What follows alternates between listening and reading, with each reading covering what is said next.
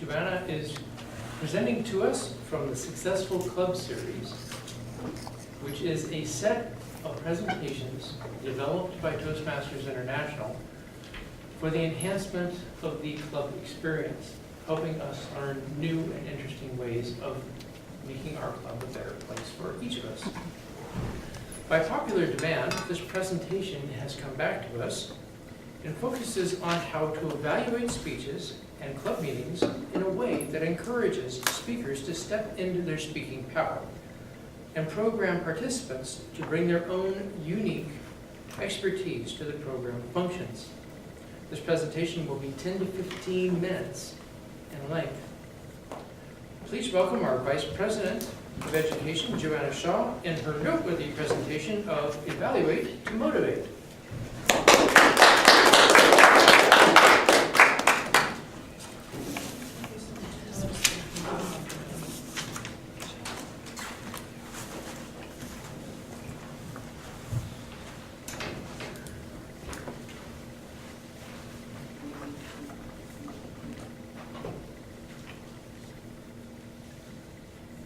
When I started Toastmasters back in 1982, the first time I walked in the door, I walked into a group of some 30 people. It was pretty overwhelming, as you might imagine. For those of you that came in and felt overwhelmed even in our smaller group.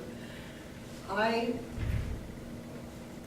was so scared that it was really difficult for me to get up in front of the group at all. So it really made it easy for me that people welcomed me and greeted me when I first started. When I got to my first speech, I don't remember what I talked about. I have no clue. All I remember is that my voice was so shaky and my hands were so shaky, all I could do was hold on to the lectern and read my script. That was it. And yet I kept coming back because there was somebody who saw something. And I don't know what they even said to me, but somehow it created safety and encouragement for me to keep going and to address whatever it was that was keeping me in that fearful state. Tonight, I want to somehow pass on that kind of encouragement. I know a lot of you guys are really good at evaluating. I know some of you folks are new.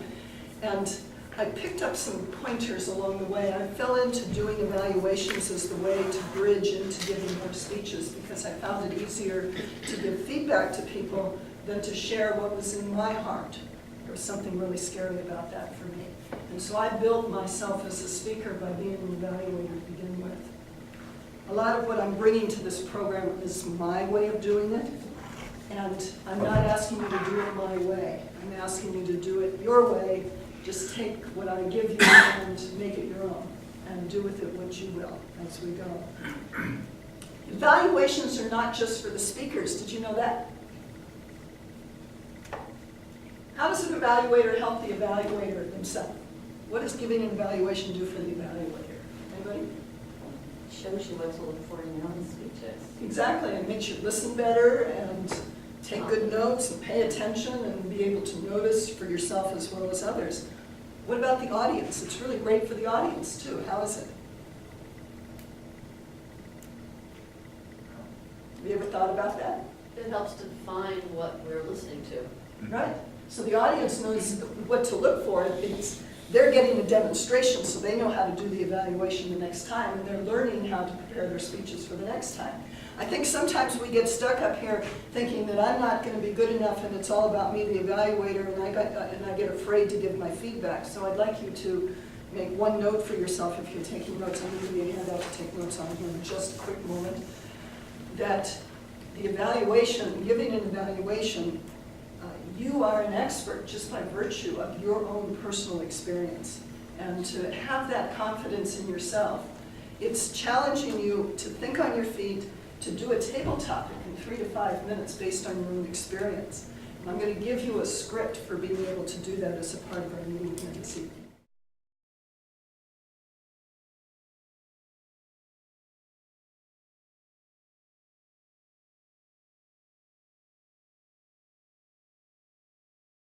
I'd like you to write at the top of the page the question, what motivates me? That's speaking to yourself. What motivates me to give support and guidance? What motivates motivates me to give support and guidance to another. As I reflected on giving this presentation here today, I started thinking what really motivated me to do that. And there was something about, I really get inspired by listening to other people that can stand up here and express themselves clearly. And so I get excited to watch people. And I get excited to be able to notice that for them. And I love to encourage people because I give what I want for me.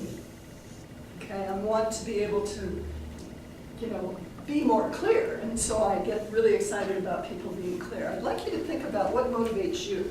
Because when you tap into what is that motivation for wanting to be of assistance to someone else, then you'll come up here excited to be able to do that. And I'm going to give you 1 minute to write that down next to your question.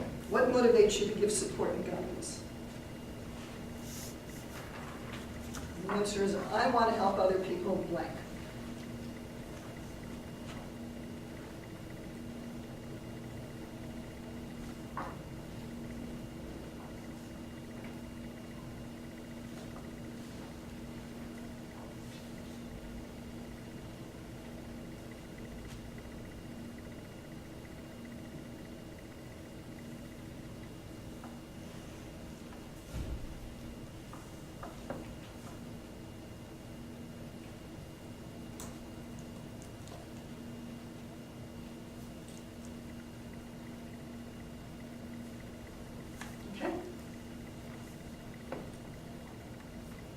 Wrap it up.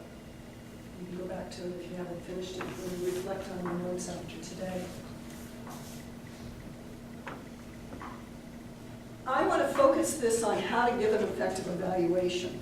There were a lot of other things I could have put in this, but this seems to be the piece that people have been asking for, is how do I do this effectively? Number one, before the speech, call the speaker if you're the evaluator. If you're the speaker and you want specific stuff focused on from your evaluator, call the evaluator. Help them prepare in advance. The more we can be prepared in advance as to what to look for, the easier it is to give somebody feedback. And so your note on that line might be, it's not just the evaluator's responsibility, it's also the speaker's responsibility to be prepared to give this evaluation. We both participate in that. And then number two, during the speech, in my experience, I find that as somebody's giving the speech, one of the things I want to be able to do is refer back to specific things they say and specific gestures that they use at a particular point in time when they say something. I want to remember key pieces. And that's driven by their speech objectives. And so based on whatever speech they're giving, if it's organization, I'm looking for how did that speech get organized, and I want specific words and examples that I can refer back to when I talk about you had a really strong opening. I like the way you said blank, blank, blank in your opening, the way you used the quote, for instance, to open the speech, got my attention. And then I would actually use the words from the quote, rather than just saying it was a great quote. It shows that I've been listening, it shows that I have value for that speech. So I take little notes as I go, so I know what the objectives of the speech are, and then as I go through, I'm writing down key words and key gestures or functions or techniques or tools that they use in their speech that demonstrate that they're following the objectives. Okay? And that's the way I do it. However you do it in your learning style to be able to remember the speech and tie specifics in the speech to the objectives when you give the feedback, that'll be your most value. I wouldn't look for more than 3. Keep it simple. Keep it to maybe 3 things, because you only have 3 minutes to give feedback. And then delivering the presentation. Number 1, smile. Why would I put that at the top of the page? Anybody? You know, we get so serious when we're giving an evaluation and the brow goes like this, and those of us that may have borrowed your glasses, they're so perfect. Those of us that need glasses, you're up here and then all of a sudden you have to go like this while you're giving the evaluation. Now I want you to look at this body language because I've seen a number of people do this while they're talking and giving an evaluation to somebody. What do you get when somebody's up here talking over the glasses to you? What do you remember? School. Mrs. Van. Mr. Vander, drop the glasses. You have plenty of time. Take them off, set them aside so that you can use your gestures and give feedback, okay? When you're delivering your evaluation, you want to acknowledge the speaker. Thank you for your glasses. I might say, David, I really enjoyed your speech. It was a really great speech. But I'm going to address my comments, not just to David. I'm not going to do one-on-one conversation here. I'm going to address my comments to the whole audience. I might say, the part that David did really well was blank, blank, blank, and I'm telling the audience about what he did really well, in my opinion. Okay? And that's the next one. It's one of the next ones down. Choose your words carefully. The I statement is really important. Throughout, I'll be couching everything I say as the way I see it and the way I experienced it. Because that's just my opinion, my experience of the speech. Others will see it and experience it differently. So I want to stay away from you need to, or you have to, or you shoulds. Anybody get inspired by you need tos and you have tos and you shoulds? No. And as I do it with a smile on my face and a little bit of laughing at myself.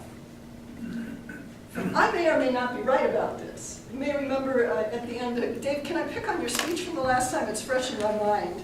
Sure. Okay, you might remember that I gave all of this feedback and I did the opening for David's speech and I talked about how he had improved so much since I'd seen him the last time and how he did certain specific things that were so different than the way he had done it before. And then at the end, and I said, no, by the way, this just doesn't work for me, okay?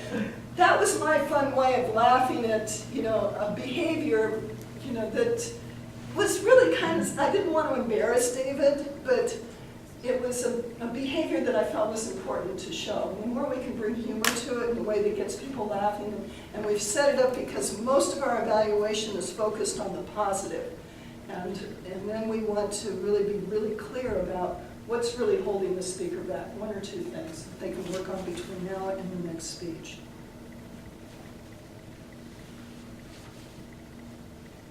If you're the general evaluator, one of the important things is to remember that we are evaluating the speech. We're not evaluating the person. I hear the general evaluators introduce our evaluators many times by saying, John's here and he's going to evaluate Kathy tonight. Please drop that, because we're not evaluating each other, we're evaluating our skills in the presentation. So John's here to evaluate Kathy's speech tonight. Is a very simple adjustment to that. And then I demonstrated the importance of noticing as you watch somebody grow. The growth might be from the beginning of the speech to the end, how it transformed, and noting at the close of the speech, just another positive reinforcement for what you liked as you close. Or to build self-esteem, if you've watched somebody progress over time, that you bring that into your close and reinforce some of one or more of the changes that you've noticed in someone's progress. I'd like to pause for just a moment here. Does anybody have any questions on the delivery aspect? That seems to be a point of question, and I have an outline coming up here on the next one. Anything else on delivery? Okay, turnover. Structure.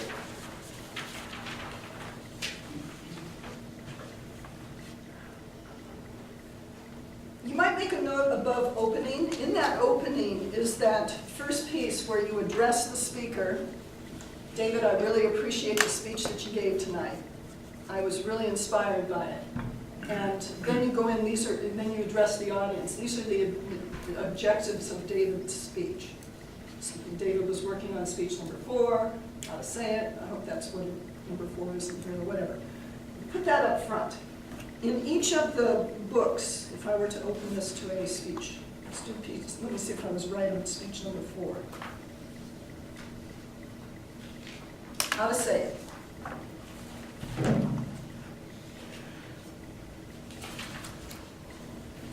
On the evaluation guide at the very top, there is a summary of the objectives of each of the speeches. And all you have to do is read it. The speaker is to use words and arrangements of words that effectively communicate his or her message to the audience. They should select clear, accurate, descriptive, and short words, and choose verbs that convey action. And you can summarize, just the first 2 sentences are enough now. Or you can pick in the little blue boxes that are within the beginning of the speech itself has the objectives. You can use those as well. It's your preference, okay? That sets it up in your opening. And if you've had an interview with your speaker in advance, then you can also put in what you're going to focus on for that speaker. After you've read the objectives of the speech, one of the ways that you can actually give a really nice evaluation is each speech has a list of questions and prompts. And it's perfectly fine to go down line by line and read them and give a response to them. That's one. We talk about the sandwich technique in the body, and really the opening begins that sandwich technique by acknowledging what they did well. Somewhere within the body, use your own approach to it, whether you like to, there's a few approaches. One is you can offer something that they did well and then contrast it with an improvement, and you can go back and forth. Or you can do all your compliments up front, a few things they can do better, noteworthy things that they can do better, right? And then save one positive thing that you can reinforce or summarize again what you've already said so that they hear it again. If they hear it more than once, they'll remember it. For the general evaluator, it's the same idea. You can read it. It's in your notes there. It's just targeted to the group instead of to the individual. So evaluations are not just for the speaker, although it really is the key element that keeps us going forward. It's for everyone, the evaluator, for the audience, as well as the speaker. And I hope that this handout is of value for you, that it will give you what you need in order to construct a really effective evaluation. And I'll return our meeting to the Toastmaster then. Thank you.